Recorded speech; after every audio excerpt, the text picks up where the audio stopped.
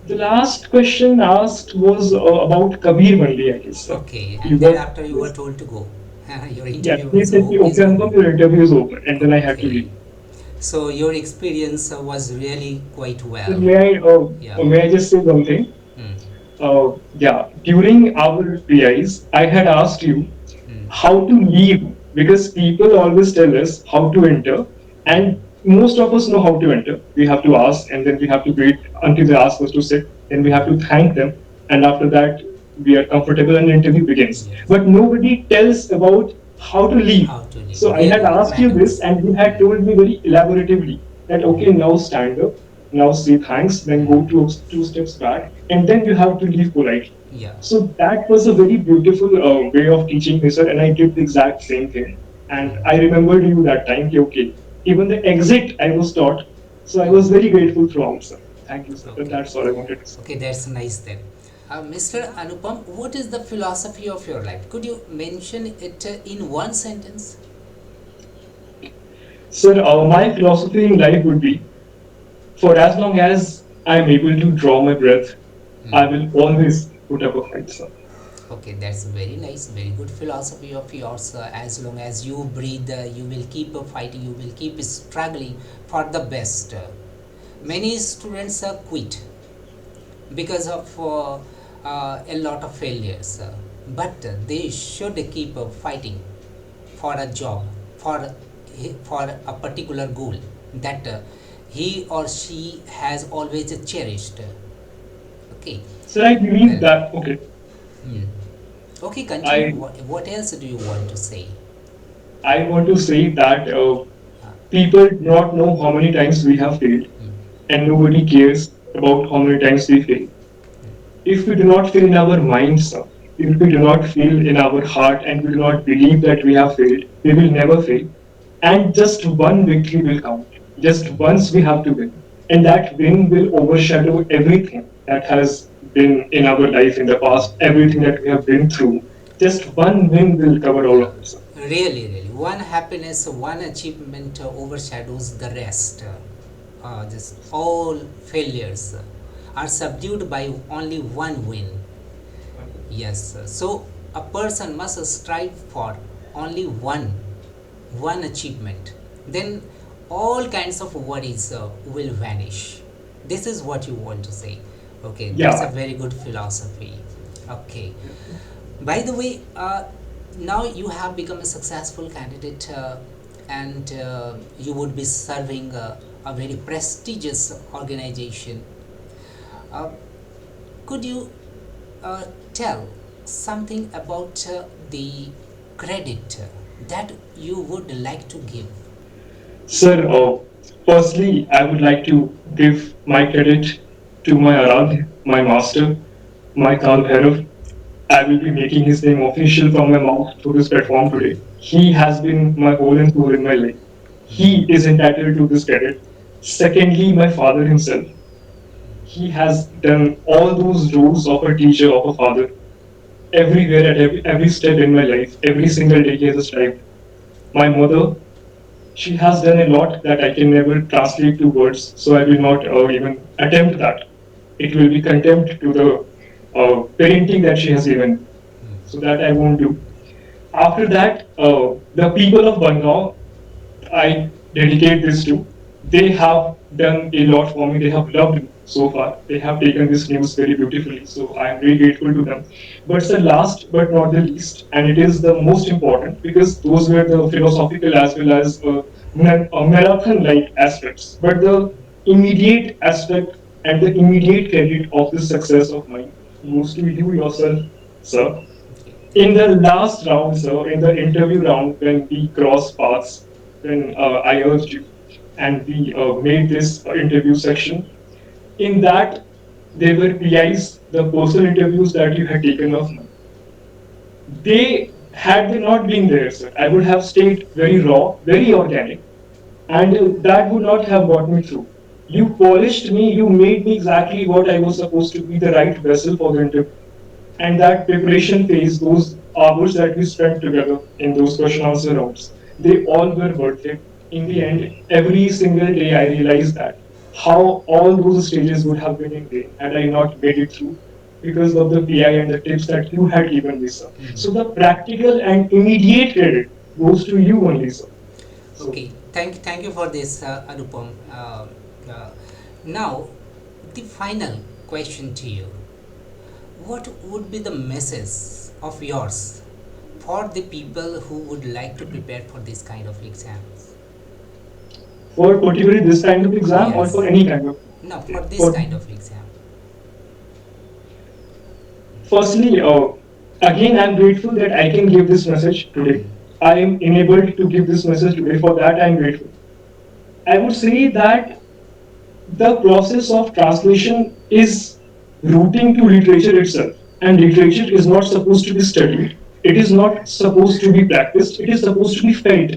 So the day we learn how to feel the language, the day we learn how to go with the pravah that we call in Hindi the right word, the very essence of the text, what it is intending to mean, if that we learn, and we learn how we have to crack that feeling of how we have to keep it in independent expressions and not limit them to precise words, that unlock in our mind will help us in being good translators in future. So that would be, sir, my advice. Okay. By the way, many congratulations again, and best wishes from my heart within for your success ahead working in this prestigious organization. Thank you. Thank you Thank very you, sir. much.